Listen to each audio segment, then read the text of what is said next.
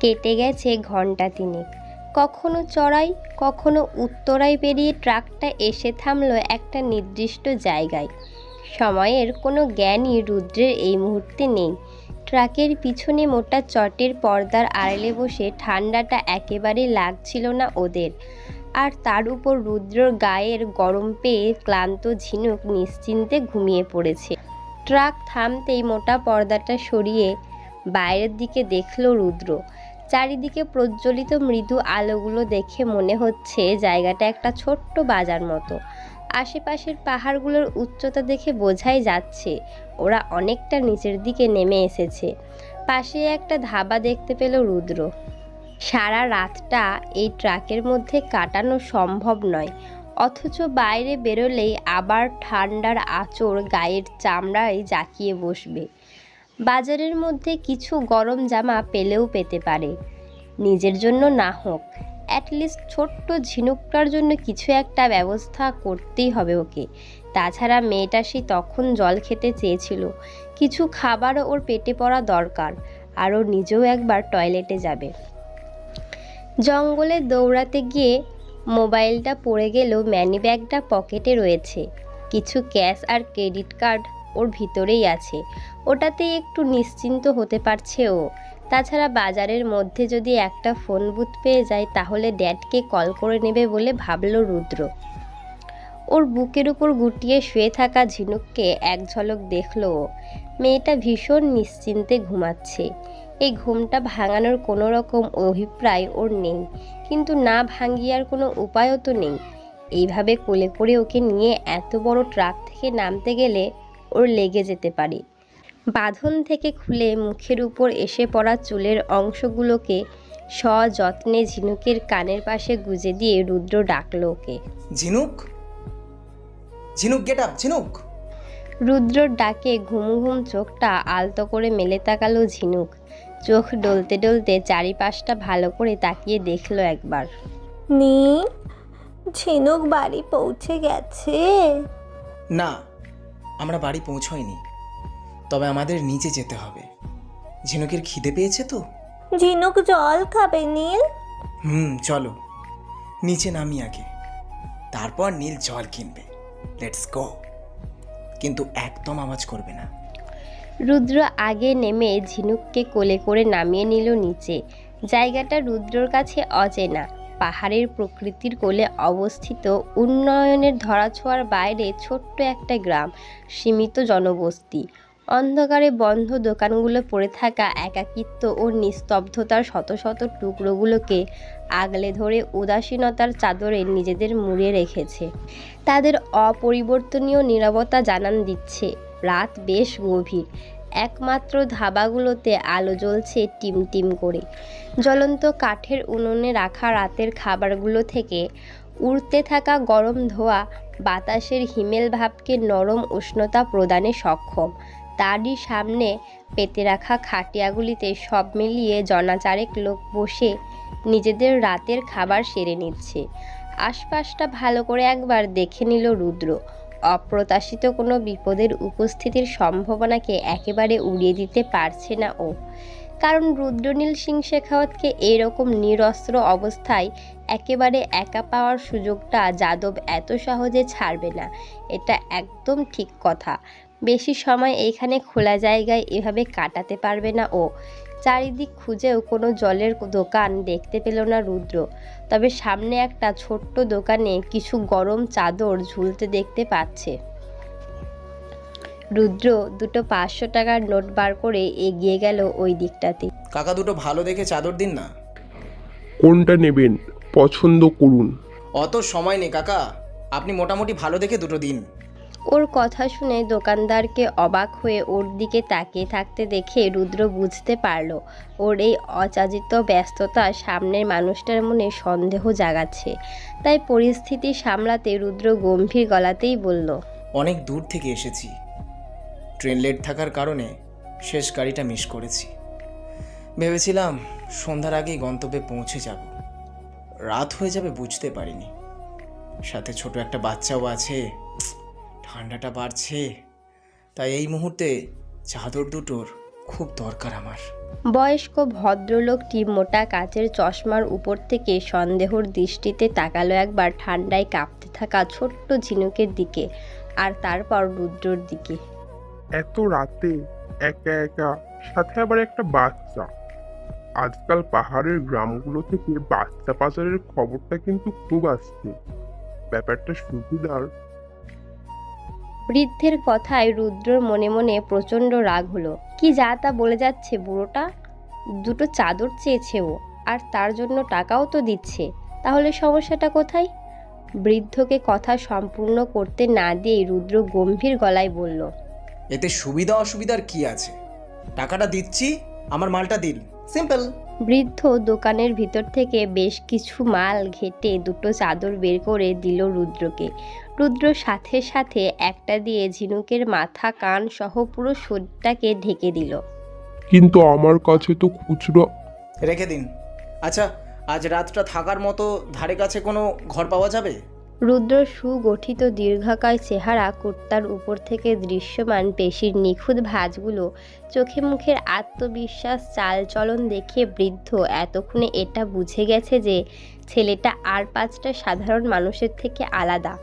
একে বেফালতু রাগালে সমস্যা হতে পারে।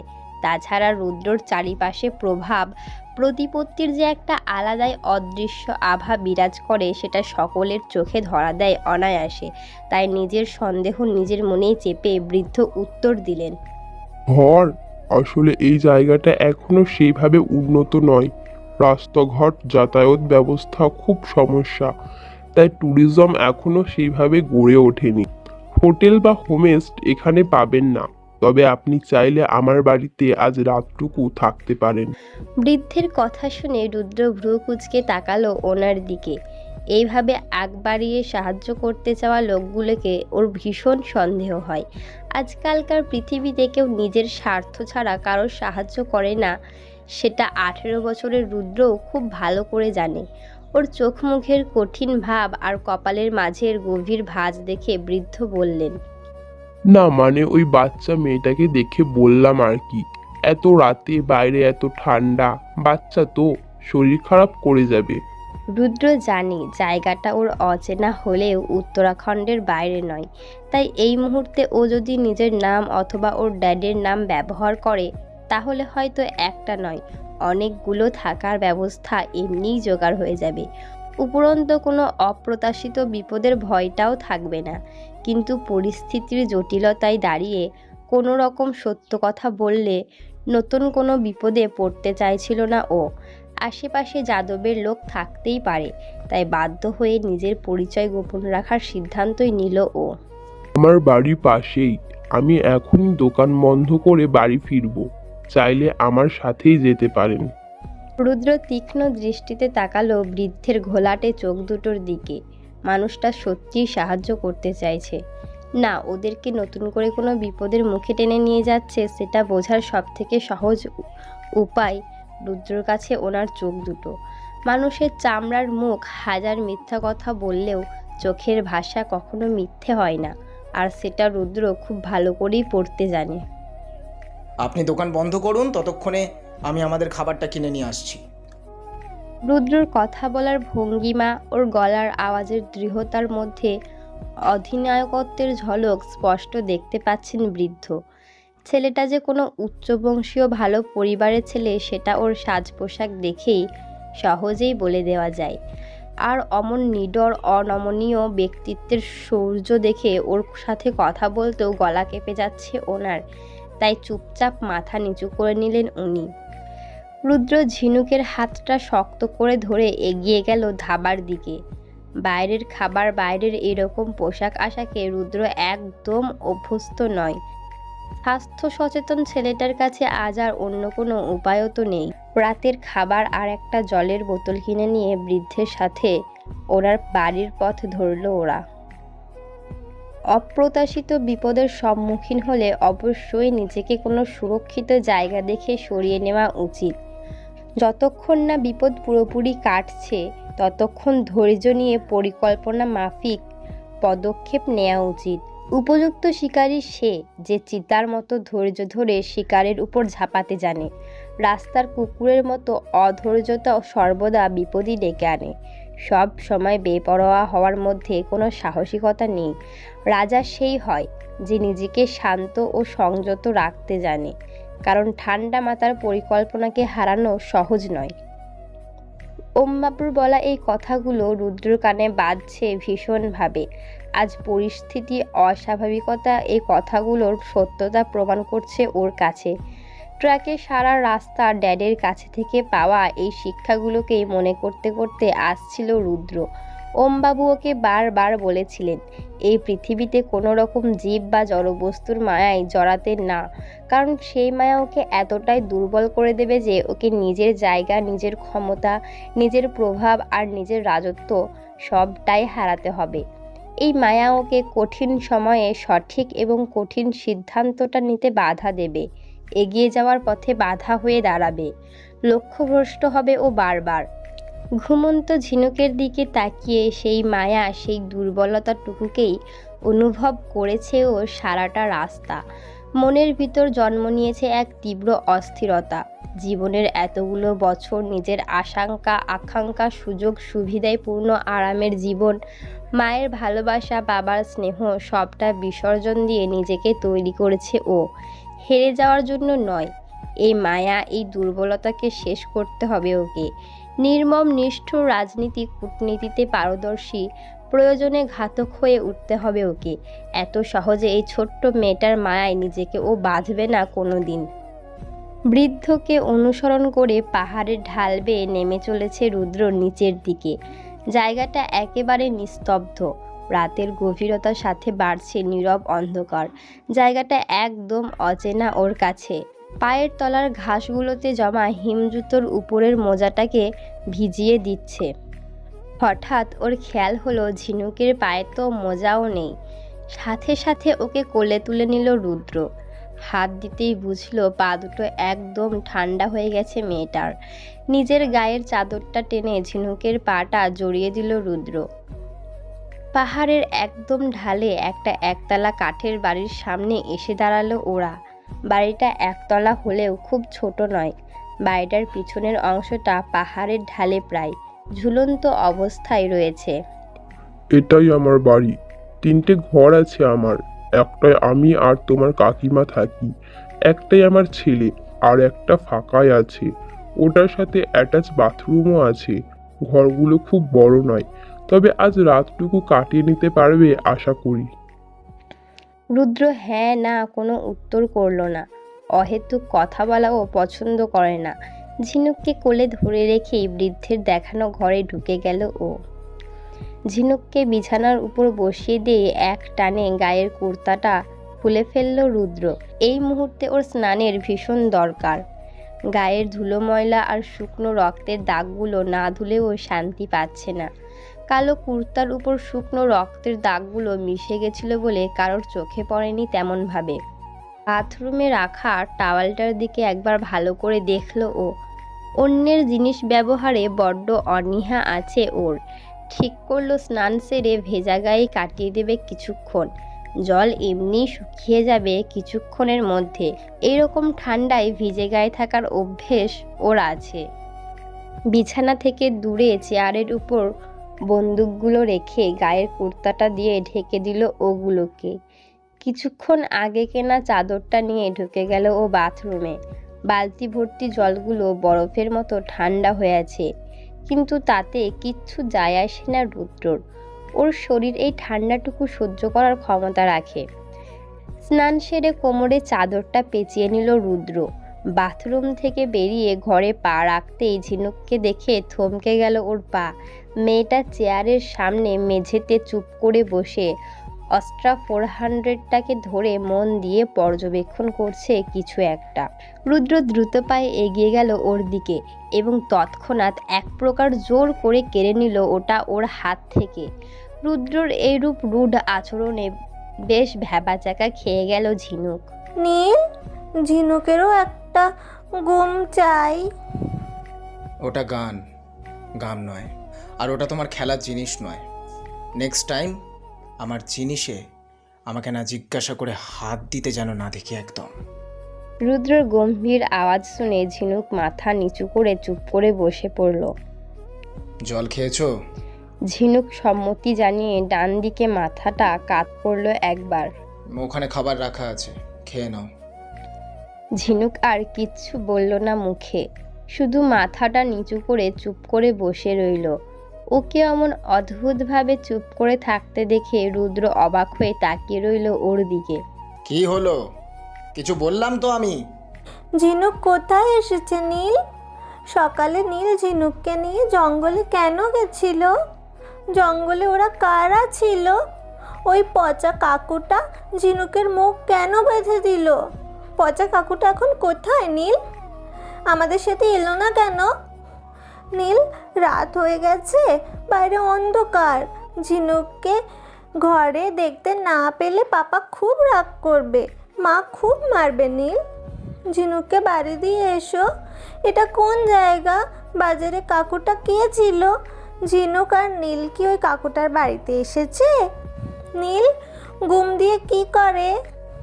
সকাল হলে ঝিনুক এই নতুন জায়গাটা ঘুরতে যাবে। নীল, তুমি জামা পরনি কেন? গা ভিজে। পিসিমা বলে ভিজে গায়ে ঠান্ডা লেগে যাবে। ঝিনুক জলগুলো মুছে দেবে। বলছি যে ঝিনুক তো একা একা খেতে পারে না, পিসিমা না হলে মিশু দিদি খাইয়ে দেয়, কিন্তু ওরা তো কেউ নেই এখানে। ঝিনুক বাড়ি যেতে চায় নীল, ঝিনুকের খিদে পেয়েছে। ঝিনুকের অনর্গল বকবক আর এত প্রশ্ন রুদ্রকে পাগল করে দিচ্ছে। সকাল থেকে যা যা হচ্ছে ওর সাথে তা নিয়ে ও এমনিতেই মানসিকভাবে বিরক্ত হয়ে আছে। তার উপর ঝিনুকের কন্টিনিউ বকবক ও রাগের আগুনে ঘি ঢালার কাজ করছে। অনেকক্ষণ ধরে মাথার ভিতরের এই বিশৃঙ্খল পরিস্থিতিকে নিয়ন্ত্রণে আনার চেষ্টা করছে রুদ্র। সেটা তো হচ্ছেই না, বরং পরিস্থিতি আরও খারাপের দিকে যাচ্ছে বুঝতে পেরে হাতের মুঠো চেপে বন্ধ করে নিয়ে দাঁতে দাঁত চেপে রাগটাকে প্রশমিত করার তীব্র চেষ্টা করছে ও। নীল, ঝিনুক বাইরে গিয়ে নতুন জায়গাটা দেখতে চায়, নীল নিয়ে যাবে? চোখে মুখে প্রচণ্ড বিরক্তির ছাপ নিয়ে রুদ্র এগিয়ে এলো ঝিনুকের দিকে। Shut up, just shut up. মুখটা একদম বন্ধ। এত কথা কোথা থেকে আসে তোমার? আমার মাথাটা যন্ত্রণায় ফেটে যাচ্ছে। আর একটাও কথা আমি শুনতে চাই না। Jhinuk, damn, look at me when I am talking to you. রুদ্রর চিৎকারে কেঁপে উঠল ঝিনুক। ভয়ে মাথা তুলে তাকাতেই পারল না। বলার পরেও ঝিনুক ওর দিকে তাকালো না দেখে রুদ্র আরও রেগে গেল। কানে কথা যাচ্ছে না? বললাম তো, যখন আমি কথা বলবো তখন আমার দিকে তাকাতে। রুদ্রর তীব্র আওয়াজ আবারও শিহরিত হলো ঝিনুক। ভয়ে ভয়ে চোখ তুলে তাকালো রুদ্রর দিকে। কান খুলে আমার কথা শুনে নাও ঝিনুক। ভালো মেয়ের মতো একদম চুপ করে থাকবে। আমি যা বলবো সেটা চুপ করে শুনবে। আমার ধৈর্যের একটা সীমা আছে, আর সেটা ছাড়িয়ে যাওয়ার চেষ্টাও করো না। মনে থাকবে? সন্ধ্যার ঘটনাটা রুদ্রকে ভীষণ পরিমাণে বিভ্রান্ত করে তুলেছিল। পরিস্থিতি ওর জন্য কোনো দিন এমন একটা জটিলতার সৃষ্টি করবে সেটা ও কল্পনাই করতে পারেনি। আজ রাজেন্দ্রর মতো একটা দুর্বল তুচ্ছ মানুষও ওকে নিয়ে উপহাস করলো, হাসলো ওর উপর, ওকে দুর্বল বলল। রাজেন্দ্রকে শেষ করার যেই কাজটা ও চোখের নিমেষে করে ফেলতে পারত, সেটা করার জন্য বেশ খানিকক্ষণ অপেক্ষা করতে হলো আজ ওকে। দুর্বলতাকে ছোট থেকেই ঘৃণা করতে শিখে এসেছে রুদ্র, আর সেই দুর্বলতায় যখন ওর জীবনে ধীরে ধীরে প্রবেশ করছে তখন সেটা কিছুতেই সহ্য করতে পারছে না ও। অবচেতন মনে অনেকগুলো প্রশ্ন জেগে উঠেছে হঠাৎ করেই, যার উত্তর ওর কাছে একদম নেই। মানুষের মস্তিষ্ক যখন কোনো প্রশ্নের উত্তর খুঁজে না পায় তখনই অপ্রস্তুতিতে অস্বস্তিতে ভুগে। রুদ্রর সাথেও এটাই ঘটছিল। এমন অনেক প্রশ্নকে তীব্র যন্ত্রণা দিচ্ছিল যেগুলোর উত্তর ওর জানা নেই, আর প্রশ্নগুলো এমনই যেটার উত্তরও অন্য কারো কাছে জিজ্ঞাসা করতেও পারবে না। কোথাও না কোথাও এই পুরো ঘটনাটা জড়িত ছিল ঝিনুকের সাথে, তাই না চাইতেও ওর মনের মধ্যে ঝিনুকের প্রতি একটা চাপা রাগ জন্মাচ্ছিল। ঝিনুকের অনর্গল প্রশ্ন পর্বে নিজের সেই রাগটাকে আর নিয়ন্ত্রণ করতে পারল না রুদ্র। ও রীতিমতো ঝিনুকের একদম সামনে এসে নিজের রাগের বহিঃপ্রকাশ ঘটিয়ে ফেলল ওকে বলা কথাগুলোর মাধ্যমে।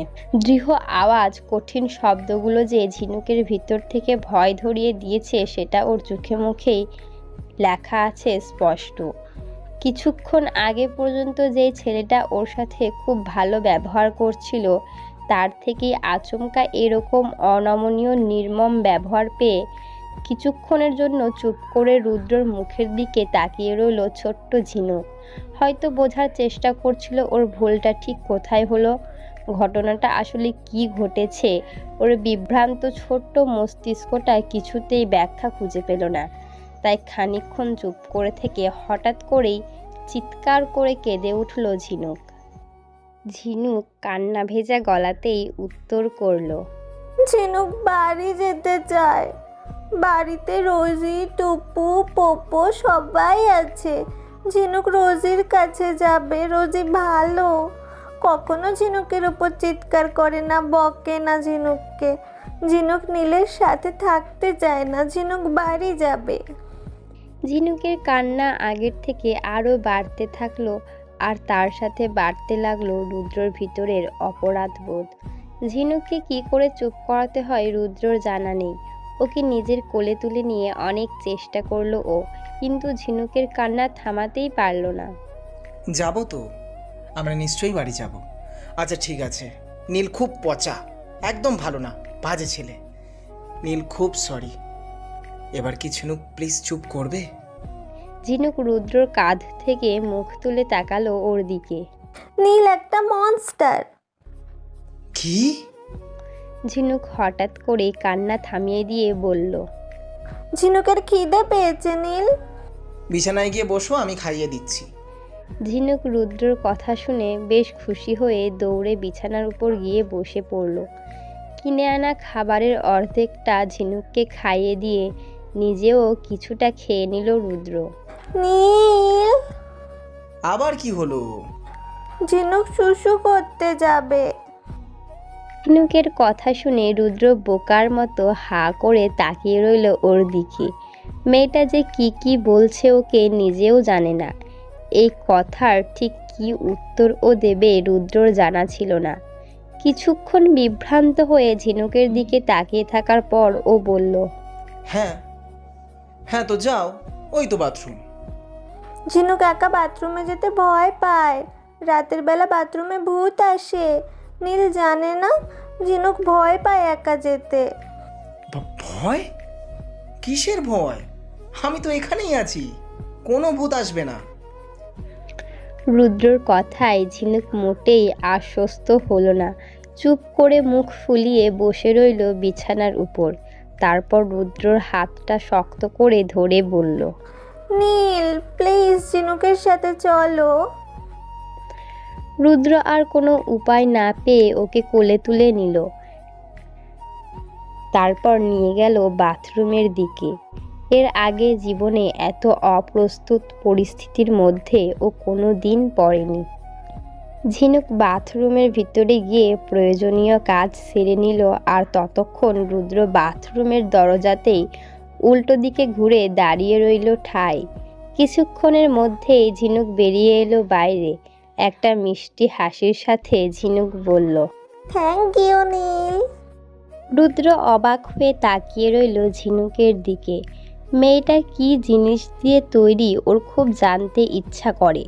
ওর কাছে সবটা কত সহজে নিজের আবেগের সাথে ভেসে চলেছে এই মেয়েটা।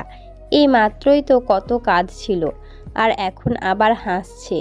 কত সহজে চোখের জলটা ভুলে গিয়ে মন খুলে হাসতে পারে মেয়েটা। মনটা ঠিক কতটা পরিষ্কার হলে এমনটা করা যায় ভাবতে থাকে রুদ্র। ঝিনুক সোজা গিয়ে উঠে পড়ল বিছানায়। এক কোণে ভাঁজ করে রাখা নরম ব্ল্যাঙ্কেটটা খুলে নিজের চারিদিকে জড়িয়ে নিল। বসে থাকতে হবে না, অনেক রাত হয়েছে, শুয়ে পড়ো। নীল ঘুমাবে না? নীল ঘুমাবে পরে, তুমি ঘুমিয়ে পড়ো। নীল, ঝিনুক ভাবছিল যে এই জায়গাটা খুব একটা খারাপও না, তাই না? ঝিনুকের বাড়ি পরে ফিরলেও হবে। ঝিনুক এই নতুন জায়গাকে দেখতে চায় নীল, বেশ মজা হবে। ইসিমা ঝিনুককে সিন্দাবাদের গল্প বলেছে। ঝিনুকও সিন্দাবাদের মতো জাহাজে চেপে নতুন নতুন জায়গায় যাবে, নতুন অ্যাডভেঞ্চার হবে।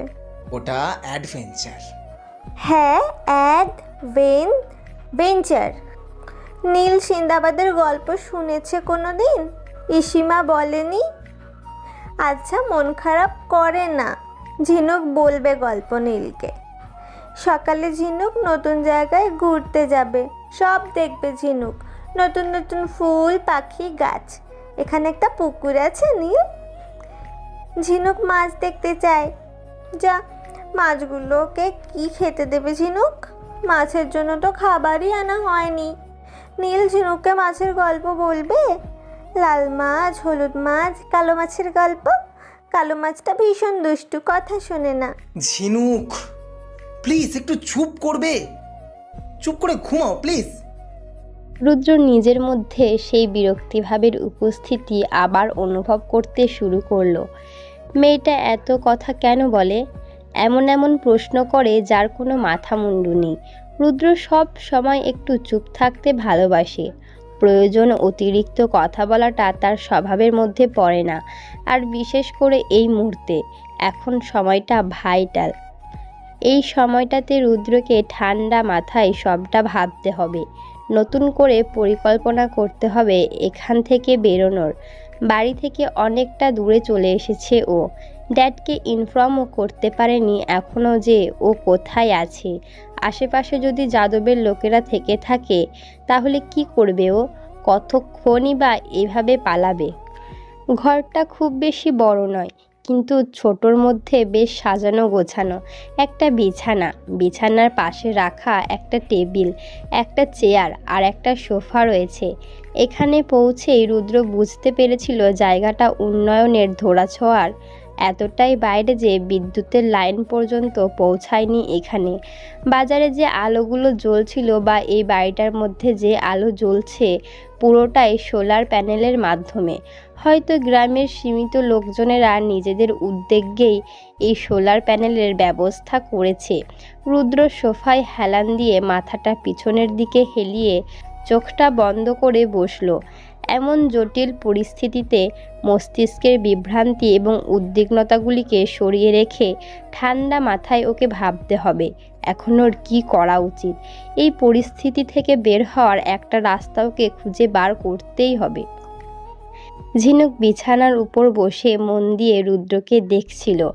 অনেকক্ষণ রুদ্রকে ওইভাবে চোখ বন্ধ করে বসে থাকতে দেখে ও নেমে এলো বিছানা থেকে। খুব সন্তর্পণে পা টিপে টিপে এগিয়ে এসে দাঁড়ালো রুদ্রর সামনে। ঝিনুক যে বিছানা থেকে নেমে ওর সামনেটায় এসে দাঁড়িয়ে আছে সেটা বোঝার জন্য রুদ্রকে চোখ খুলে তাকানোর কোনো প্রয়োজন ছিল না। ঝিনুকের উপস্থিতি বুঝতে পারার পরেও রুদ্র আগের মতোই চোখ বন্ধ করে চুপ করে বসে রইল সোফাতে। ও এই মেয়েটাকে এই মুহূর্তে এন্টারটেন করতে চাইছে না, কারণ একবার যদি ওর মেজাজ বিগড়াতে শুরু করে তাহলে তার পরিণতি এই মেয়েটা নিতে পারবে না। তাই যতটা সম্ভব ওকে উপেক্ষা করা যায় সেই চেষ্টাই করল রুদ্র। ঝিনুক গালে হাত দিয়ে দাঁড়িয়ে অপলক দৃষ্টিতে তাকিয়ে আছে রুদ্রের এই মুখের দিকে। দাঁড়িয়ে দাঁড়িয়ে মনোযোগ দিয়ে রুদ্রর বন্ধ চোখ দুটো, গাল, ঠোঁট, গলার কাছটা এবং কানের ঠিক পিছন দিকটাকে ভালো করে পর্যবেক্ষণ করছে ঝিনুক। নীল, সেই দাগটা কোথায় চলে গেল? ঝিনুকের প্রশ্নে বিভ্রান্ত রুদ্র চোখ বন্ধ রেখেই জিজ্ঞাসা করলো, কোন দাগটা? নীল ভুলে গেছে একদিন ঝিনুক নদীর পাড়ে খেলতে খেলতে জলের মধ্যে পড়ে গেছিল না? সেদিন নীল ঝিনুককে জল থেকে তুলে আনতে গিয়ে একটা জলে ভেসে আসা ভাঙা গাছের ডালটায় চোট পেয়েছিল ঘাড়ের কাছে। কত রক্ত বের হলো হলো নীলের। ওইখানে তো উয়ের দাগটা ছিল, কিন্তু এখন আর সেটা দেখতে পাচ্ছে না ঝিনুক। ও কোথায় চলে গেল? নীলের সেরে গেছে? ঝিনুকের কথা শুনে রুদ্রর কপালের ভাঁজগুলো আরও গভীর হলো। কিন্তু তবুও ও চোখ খুলে তাকালো না। নিজেকে যথাসম্ভব শান্ত রাখার চেষ্টা করে রুদ্র উত্তর দিল, সময়ের সাথে সাথে সব দাগ মিলিয়ে যায় ঝিনুক। তুমি এখন বুঝবে না, বড় হও সব বুঝবে। বড় কি করে হয় নীল? বড় হলে কি ঝিনুক সব ভুলে যাবে? আচ্ছা, নীলও তো বড় হয়েছে। নীলের কি তাহলে সেদিনের কথা মনে আছে? সেদিন ঝিনুক নদীর পাশে দলদের নিয়ে খেলছিল, তারপর পড়ে গেল জলে। তখন নীল এলো আর ঝিনুককে বাঁচিয়ে নিল। কি মজা! কিন্তু নীল ঝিনুক জলকে খুব ভয় পায়। জল পচা, খুব কষ্ট হয়েছিল ঝিনুকের সেদিন।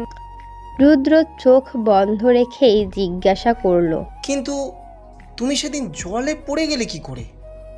ঝিনুক একটু চুপ করে থেকে উত্তর দিল, ঝিনুকের প্রিন্সেস ডলটা জলে পড়ে গেছিল, ওটা আনতেই তো গেছিল ঝিনুক। বুঝতে পারেনি, পা ফসকে ধপাস হয়ে গেছিল। রুদ্রর মাথা আবার যন্ত্রণা করতে শুরু করেছে। এই মেয়েটা আবার বকবক করছে। রুদ্রর নিস্তব্ধতা পছন্দ, আর এই মেয়েটার কথা বলা কিছুতেই ওকে উপেক্ষা করতে পারছে না রুদ্র। ঠিক কোনো না কোনোভাবে নিজের সাথে কথায় ওকে ইনভলভ করেই নিচ্ছে মেয়েটা। মাথার ভিতর ক্রোধে পরিপূর্ণ একটা তীব্র চিৎকার অনুভব করলো রুদ্র, কিন্তু বাইরে নিজেকে শান্ত রাখার চেষ্টায় হাতের মুঠো চেপে বন্ধ করে নিল। এই ধৈর্যের বাঁধ ভাঙলে মেয়েটা আবার কাঁদবে, আর তারপর ওকে থামাবে কে? নীল, ঝিনুক যদি প্রিন্সেস হয় তাহলে তো ঝিনুকেরও একটা প্রিন্স চাই, কিন্তু ঝিনুকের কাছে তো কোনো প্রিন্স নেই। উফ, নীল চোখ বন্ধ করে রেখেছে কেন? নীলকে ঝিনুক বলছে না যখন কথা বলবে তখন ঝিনুকের দিকে তাকাতে? রুদ্র বুঝলো ঝিনুক ওকে কপি করার চেষ্টা করছে। ওর বলা কঠিন শব্দগুলো এই বাচ্চা মেয়েটার মুখে যে এতটাই মিষ্টি শুনতে লাগবে ও কোনোদিন ভাবতেই পারেনি। ওই কথাগুলোকে এত মিষ্টি করেও বলা যায় বুঝি? মুহূর্তে মস্তিষ্কের সমস্ত রাগ, ক্ষোভ, বিরক্তি ভাব কেটে গিয়ে একটা প্রশান্তির অনুভূতি ছড়িয়ে পড়তে শুরু করলো। ঠোঁটের কোণায় একটা হাসির রেখা ফুটবে ফুটবে করছিল, কিন্তু সেটাকে চেপে নিয়ে চোখ মুখের গম্ভীর্যতা বজায় রেখে চোখ বন্ধ করে বসে রইল রুদ্র। নীল, নীল, ওপেন ইউর আইজ। উফ, চোখ না খুললে ঝিনুকের জন্য একটা প্রিন্স খুঁজবে কি করে? ঝিনুকের একটা প্রিন্স চাই নীল। হঠাৎ করে কিছুক্ষণের জন্য থেমে গেল ঝিনুক, তারপর আবার বলল, নীল, লুক। নীলকে একদম প্রিন্সের মতো দেখতে। বড় হলে নীল ঝিনুকের প্রিন্স হবে। উইল ইউ ম্যারি ঝিনুক, নীল? একটা ঝাঁকুনির সাথে রুদ্র চোখ দুটো খুলে ফেলল। ঝিনুকের কথা শুনে ও একেবারে হতভম্ব হয়ে তাকিয়ে রইল ওর মুখের দিকে। তবে এইবার ও আর নিজের হাসিটা চাপতে পারল না। ঠোঁটের কোণায় একটা মৃদু হাসির আভা হঠাৎ করে ফুটে উঠল ওর। বললে? ঝিনুক বলল নীলকে একদম প্রিন্সের মতো দেখতে। না, ওটা না, ওটার পর কি বললে? নীল প্রিন্স আর ঝিনুক নীলের প্রিন্সেস। খুব মজা হবে। Please be my Prince. এইবার রুদ্র জোরে হেসে উঠল। রুদ্রকে হাসতে দেখে ঝিনুক নিজের হাসি থামিয়ে অবাক চোখে তাকিয়ে রইল ওর দিকে। কি দেখছে ঝিনুক এমন ভাবে? ঝিনুক নীলকে দেখছে। নীল হাসলে নীলকে খুব সুন্দর দেখায়। নীলের দাঁতে ব্যথা কমে গেছে। ঝিনুকের কথায় রুদ্র নিজের হাসি চেপে স্বাভাবিক হওয়ার চেষ্টা করলো, কিন্তু তবুও একটা চাপা হাসির রেখা ওর ঠোঁটের কোণায় রয়েই গেল। নীল বলল না নীল ঝিনুকের প্রিন্স হবে কি না? নীল কি ঝিনুকের প্রিন্স হতে চায় না? ঝিনুক বুঝি খুব পচা? ইটস ওকে নীল, ঝিনুক নিজের জন্য একটা অন্য প্রিন্স খুঁজে নেবে। ঝিনুকের কথায় কি ছিল রুদ্র জানে না, তবে কথাটা সরাসরি কান দিয়ে ওর বুকে এসে বিঁধল। মুহূর্তে রুদ্র ঠোঁটের কোণার হাসি মিলিয়ে গেল। পুনরায় মন মস্তিষ্কের উপর অসন্তোষ বিরক্তিভাব জাঁকিয়ে বসতে শুরু করলো। কপালের গভীর ভাঁজের উপস্থিতি দৃশ্যমান। কিছুটা গম্ভীর আওয়াজেই ও ঝিনুককে বলল, অনেক হয়েছে প্রশ্ন করা, যাও গিয়ে শুয়ে পড়ো, সকালবেলা আমাদের বেরোতে হবে। রুদ্রর আওয়াজ শুনে ঝিনুক আবার কিছুক্ষণের জন্য চুপ করে থেকে বলল, কেউ কিছু জিজ্ঞাসা করলে তার উত্তর দিতে হয় নীল। উত্তর না দিয়ে থাকাটা বাজে ম্যানার্স। কথাটা বলেই দৌড়ে গিয়ে বিছানায় উঠে পড়ল ঝিনুক। ব্ল্যাঙ্কেটে নিজেকে ঢেকে নিয়ে পাড়ি দিল ঘুমের দেশে। আর রুদ্র ওই সোফার উপরেই কোনো রকমে শুয়ে রাতটা কাটানোর চেষ্টা করলো। দিনের আলো ফুটতেই পূর্বের খোলা জানালা হয়ে সদ্য উদিত সূর্যের নরম আভা এসে ছুঁয়ে দিল ঝিনুকের গালগুলো। লম্বা খোলা সোনালি চুলগুলো রোদের সোনালি রং মেখে আরও চকচক করছে। ওই ছোট্ট সোফাটায় রুদ্র নিজের বিশাল শরীরটাকে কিছুতেই খাপ খাওয়াতে পারেনি, তাই রাতের বেশিরভাগ সময়টাই বসে কাটিয়েছে ও। ঘুম তো অনেক দূরের কথা, সামনে ঘুমন্ত ঝিনুকের দিকে তাকিয়ে কখন যে অন্যমনস্ক হয়ে গেছিল ও বুঝতেই পারিনি। অন্যমনস্কতা ভাঙলো দরজায় কড়া নেওয়ার আওয়াজ শুনে। আওয়াজে ঝিনুকের ঘুমটা না ভেঙে যায়, তাই তাড়াতাড়ি উঠে গিয়ে দরজাটা খুলে দিল রুদ্র। দরজায় এসে দাঁড়ানো সে বৃদ্ধ লোকটা জিজ্ঞাসা করলো, রাতে কোনো অসুবিধা হয়নি তো? রুদ্র পিছনে ঘুরে তাকালো একবার ঝিনুকের দিকে, তারপর দরজাটা টেনে দিয়ে বাইরে এসে দাঁড়িয়ে বলল, একটু আসতে, ও ঘুমাচ্ছে, উঠে গেলেই ভীষণ বিপদ। আর রাতে কোনো অসুবিধা হয়নি। আচ্ছা, এখানে আশেপাশে কোনো টেলিফোন বুথ আছে? কল করবেন বুঝি? চাইলে আমার ফোন থেকে করতে পারেন। রুদ্র আবার ভ্রু কুঁচকে তাকালো বৃদ্ধর দিকে। এই আগ বাড়িয়ে যেচে উপকার করা লোকগুলোকে একদম সহ্য হয় না ওর। কেমন যেন মনে হয় উপকারের বদলে প্রতিদান চাইবে এক্ষুনি। আর তাছাড়া রুদ্র এই মুহূর্তে কোনো রিস্ক নিতে পারবে না। অন্যের মোবাইল থেকে টেলিফোন বুথটাই সেফ। রুদ্রর মুখের হাবভাবে বৃদ্ধ মানুষটার পক্ষে ওর মনের ভিতর চলতে থাকা দ্বন্দ্ব বুঝতে অসুবিধা হলো না। উনি বললেন, আসলে বুথ একটা আছে, কিন্তু সেটা তো অনেকটা দূরে। ওই ট্রাকগুলো যে রাস্তা দিয়ে নেমে আসছে, সেই রাস্তা ধরে আপনাকে উপরে উঠতে হবে প্রায় 2 কিলোমিটার। আসলে গ্রামের বেশ কিছু ছেলে সীমান্ত পাড়ে দেশের হয়ে চাকরি করে, তো তাদের পরিবারের জন্যই ওই বুথের ব্যবস্থা করা হয়েছিল এক সময়। তখন আর মোবাইল কোথায় বলুন? তাছাড়া এখনও তো ঘরে ঘরে মোবাইল হলেও এই গ্রামের নেটওয়ার্ক খুব একটা থাকে না। ওই বাজারের মধ্যে যা একটু পাওয়া যায়। তবে বুথটা রয়ে গেছে, আপনি চাইলে ওখানে যেতে পারেন। হ্যালো বন্ধুরা, পরবর্তী পার্ট খুব তাড়াতাড়ি আসবে, তো সবাই অপেক্ষায় থাকো। আর চ্যানেলটি যারা এখনো সাবস্ক্রাইব করোনি তারা পরবর্তী পার্ট দেখার জন্য চ্যানেলটি সাবস্ক্রাইব করে রেখো। ধন্যবাদ সবাইকে, আমাদের সাথেই থেকো।